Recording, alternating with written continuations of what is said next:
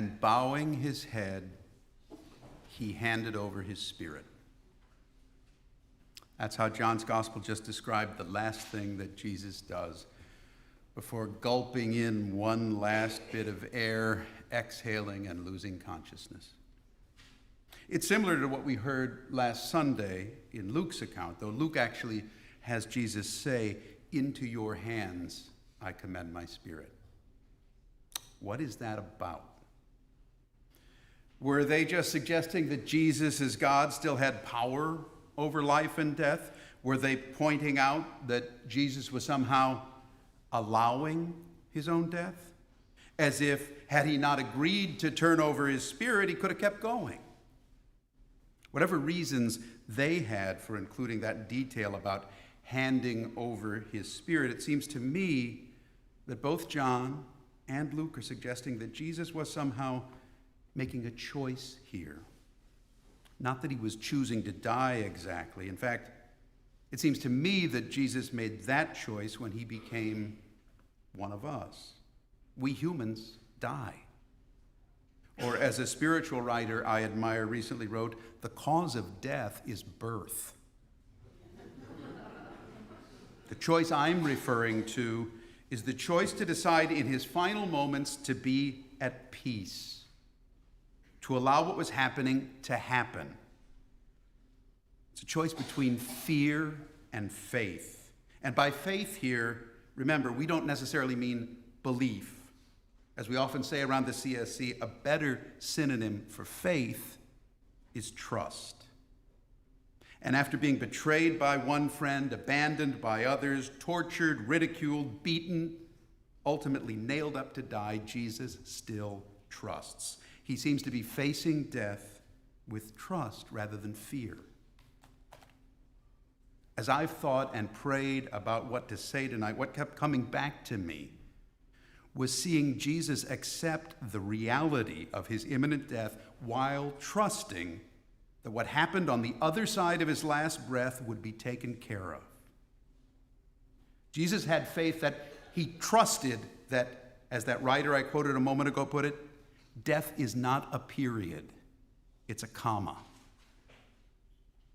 A few years ago, when my father was dying, he was not very happy about it. During his final weeks, he apparently had several strokes. They robbed him of his ability to see. He couldn't use his hands to feed himself. He didn't know where he was sometimes. He was frustrated and afraid. And for much of that time, he fought, trying to rebel against the limits his damaged brain and body had placed upon him. Now, Jesus doesn't do that here.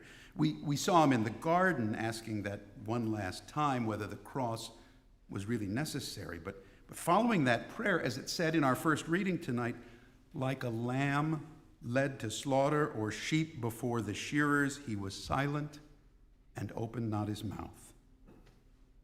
My dad was not silent, not at first anyway.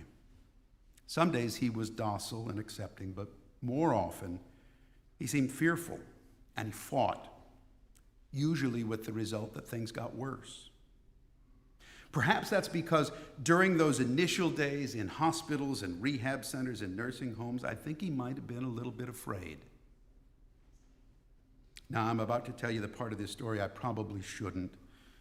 I was training to become a deacon at the time, but even if I'd already been ordained, we aren't allowed to hear confessions or to give absolution, so please do not mention this next part to the bishop.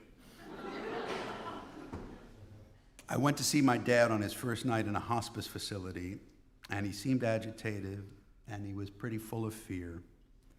And some of what he was saying didn't make much sense, but what was clear was that he wanted to apologize to some people. He told me I had to tell some people he was sorry. And some of those he wanted to apologize already had been dead for many years.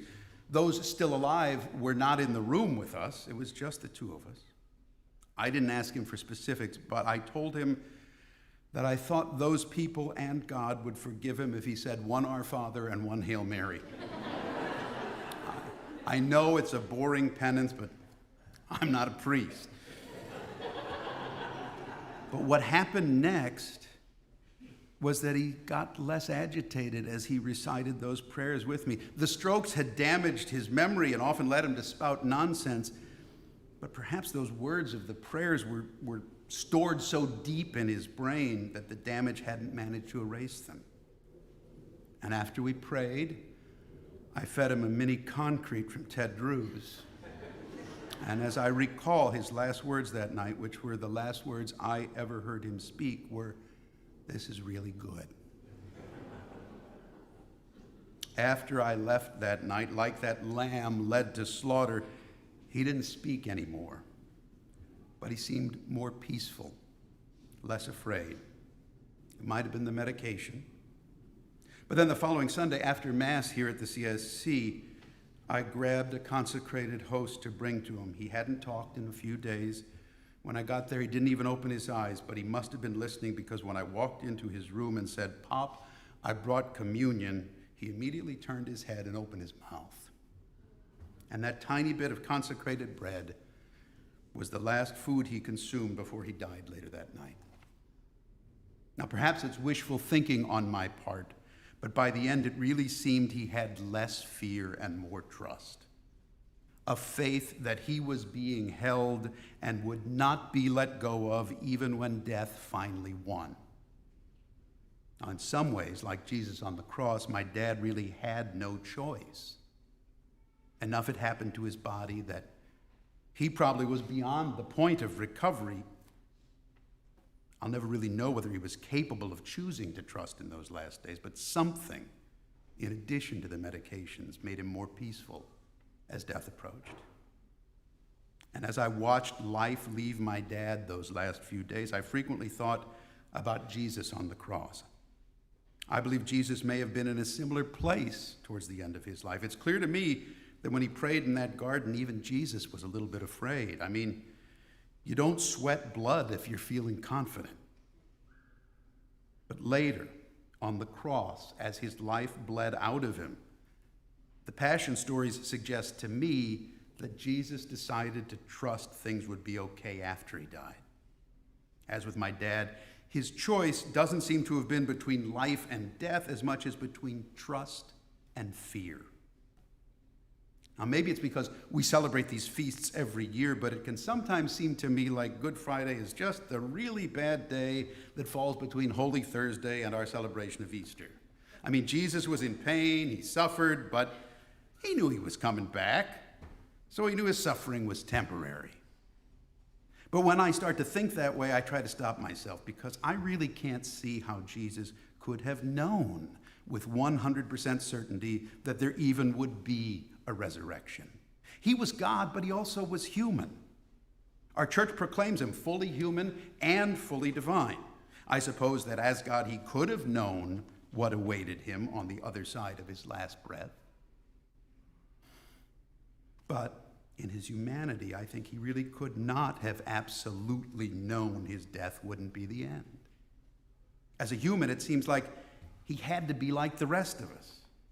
He couldn't have been certain. He had to trust that death was not the end.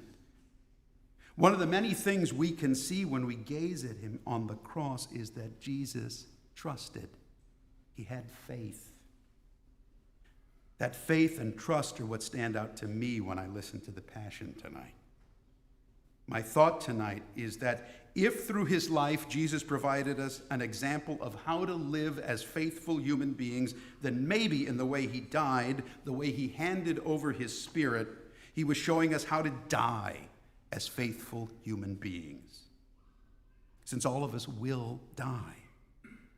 So maybe God thought it was important that the person whose life would provide a model for us of what it means to live a good life would also model a good death. Good Friday has to be more than just the day that marks the transition that Jesus made from being an almost unbelievably wise, compassionate, kind, and holy man from Nazareth to being an almost unbelievably wise, compassionate, kind, and holy man who, although he died, somehow was found to be alive again.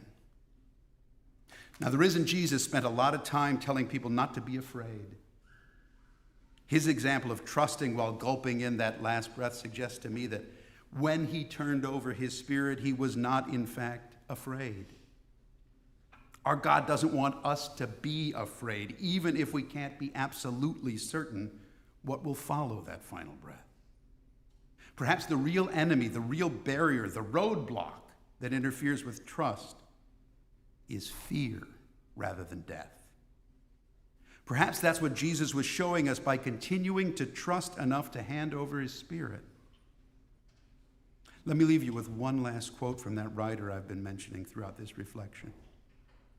He writes that through his death and resurrection, Jesus conquered death, but he also vanquished the fear of death. Way better. Death just keeps us from life. The fear of death keeps us from living.